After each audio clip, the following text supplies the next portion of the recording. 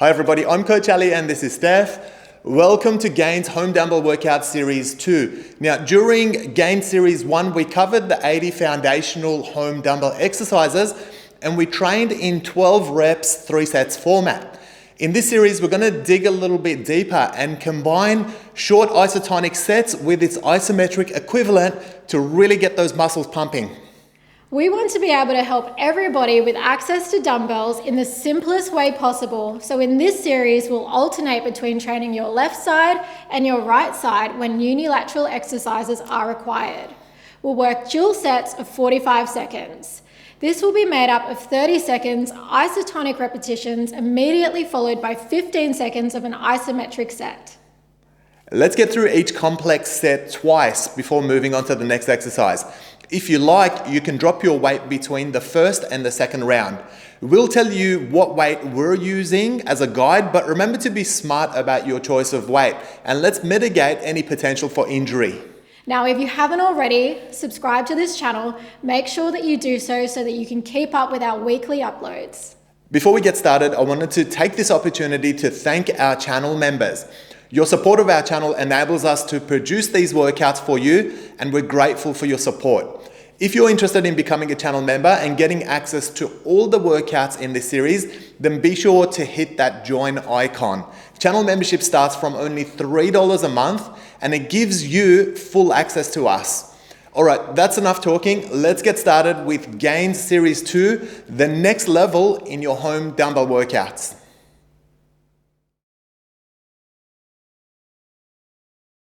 This exercise is a squat with a front swing. It's a fantastic functional exercise and it's actually not a bad warm-up, you guys. You can see we've gone lighter with the weights and we're dropping down into that squat, allowing the arms to swing, and then we're bringing it up and resting it at the shoulders. So try and time it so that you're swinging down at the bottom of the squat and you're lifting right at the top. Make sure that your torso remains upright. Don't allow it to swing back and forth. Then let's go into a basic isometric squat with parallel legs and toes pointing forward.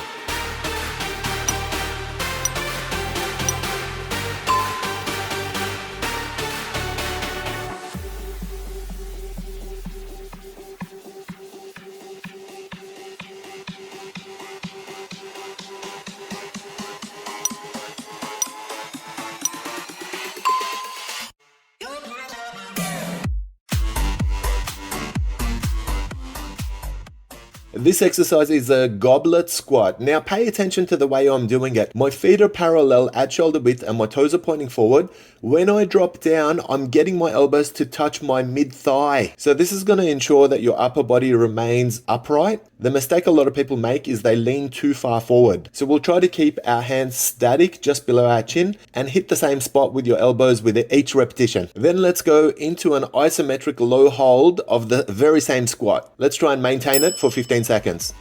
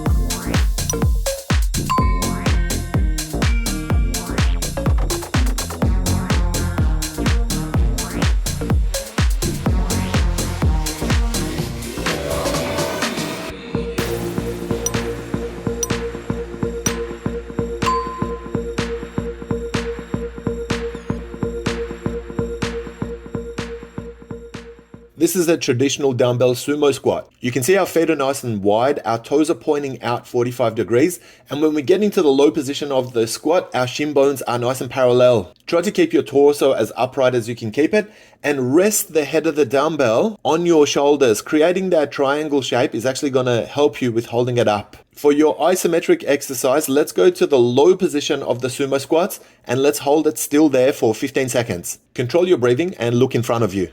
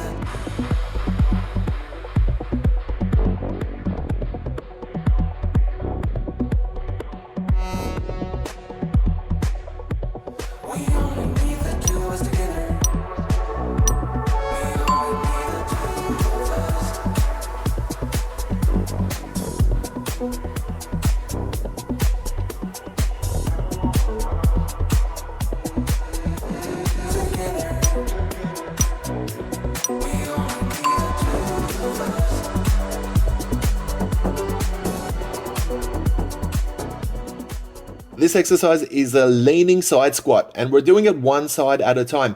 Start with really wide legs. Make sure that your feet are parallel. This is really important, so don't let your toes hang out. We're dropping to one side only and making sure that we're keeping the opposite leg nice and straight. You're really gonna feel this in your adductors and your sartorius muscle inside of your thighs. And this is a fantastic exercise for conditioning that region. Lean forward, but keep your back nice and flat. And to keep your upper body neutral, just keep looking at the floor in front of you.